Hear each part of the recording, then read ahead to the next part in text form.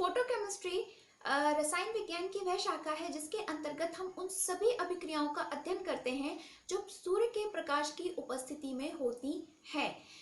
सूर्य का प्रकाश मुख्यतः 3 घटकों से मिलकर बना होता है। नंबर 1 होता है परावैंगनी प्रकाश, जिसको हम यूवी लाइट भी बोलते हैं। दूसरा होता है अवृक्त प्रकाश, जिसको हम आईआर या इंफ्रारेड भी कहते हैं। और तीसरा होता है विजिबल लाइट, जिसकी वजह से आप और हम एक दूसरे को देख पाते हैं।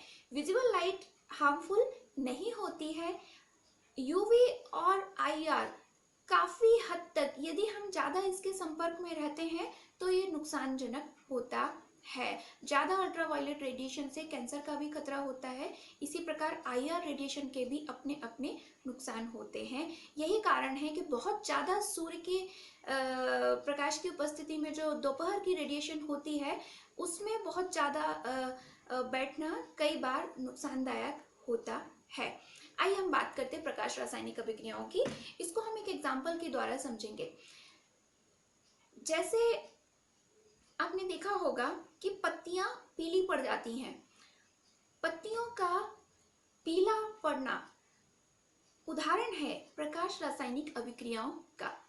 जब सूर्य का प्रकाश किसी पदार्थ पे पड़ता है, प्राकृतिक पदार्थ पे पड़ता है, तो उसमें दो स्थितियां उत्पन्न होंगी। नंबर 1, उस प्रकाश के द्वारा जो ऊष्मा आ रही है वो तंत्र के द्वारा अवशोषित होगी।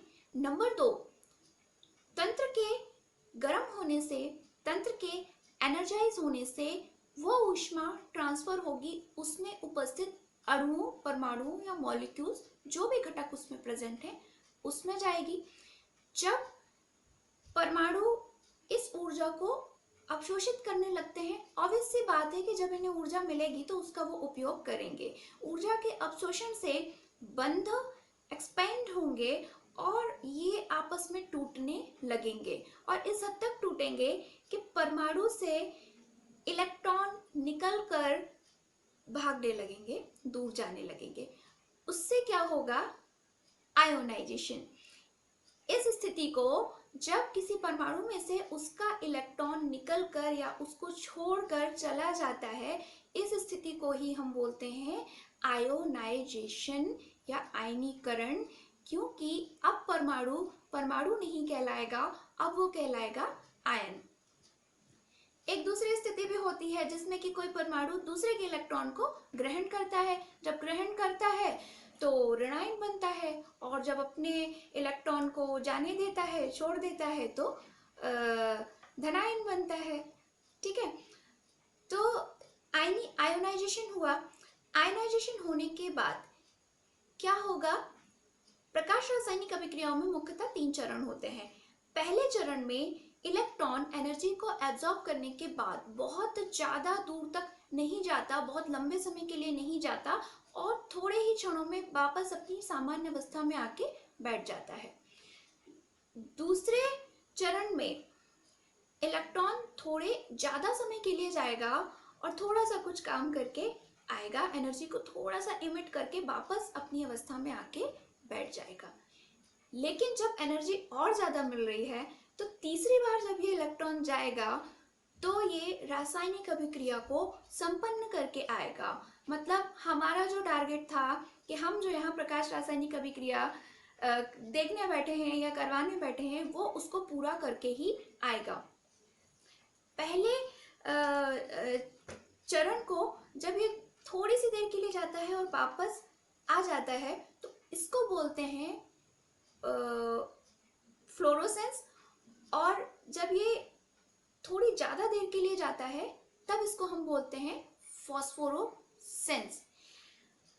पहले भाग को प्रतिदीप्ति कहते हैं, दूसरे भाग को स्फुरदीप्ति कहते हैं। और जब तीसरा चरण होता है तो वहां पे यह प्रकाश ऊष्मा को ऊर्जा में परिवर्तित करके रासायनिक अभिक्रिया में भाग लेके उत्पाद बना देता है और रासायनिक अभिक्रिया को संपन्न करा देता है। चीजों के का अध्ययन हम यहाँ विस्तार पूर्वक इस वीडियो में आगे करेंगे। द्रव्य के ऊपर प्रकाश पड़ेगा जो प्रकाशीय ऊर्जा को उत्पन्न कर रहा है। इससे क्या होगा, तंत्र की ऊष्मीय ऊर्जा में वृद्धि होगी। मतलब ऊष्मा जब उसमें मिलेगी तंत्र में, तो वो तंत्र गर्म होना शुरू कर देगा। तंत्र के गर्म होने से क्या होगा, उसमें उपस्थित सभी इलेक्ट्रॉन एक्साइटेड मोड में जाने लगेंगे और इलेक्ट्रॉनों में उत्तेजन होने लगेगा, उनके अणुओं में उत्तेजन होने लगेगा।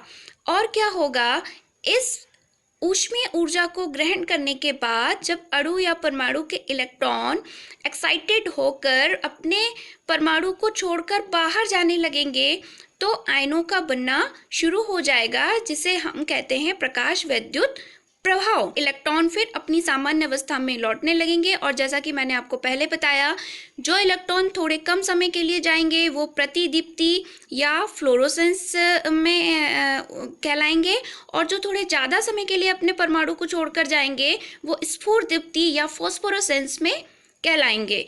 और तीसरी बार जब परमाणु से इलेक्ट्रॉन निकलकर लंबे समय के लिए बाहर जाएगा, तो इस अवस्था में उसके पास इतनी एनर्जी होगी, इतनी पर्याप्त ऊर्जा रहेगी कि वो रासायनिक अभिक्रिया को संपन्न कराकर ही अपनी सामान्य अवस्था में वापस आएगा।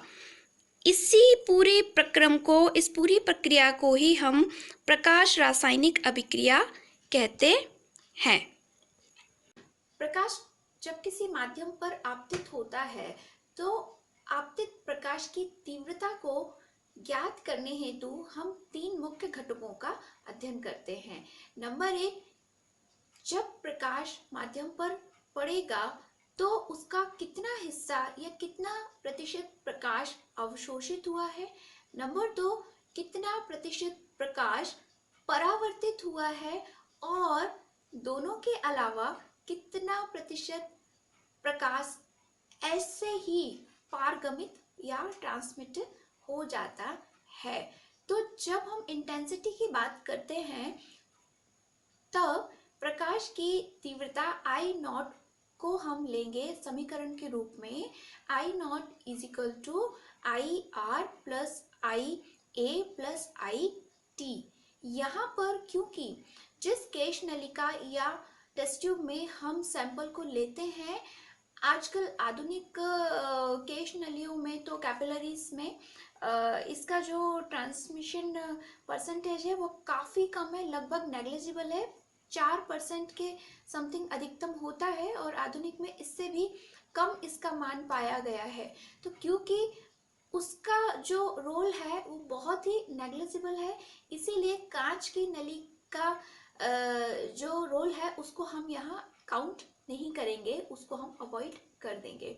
तब प्रकाश की तीव्रता I0 बराबर हो जाएगी A मीन्स एब्जॉर्बेंस और T मीन्स ट्रांसमिटेड।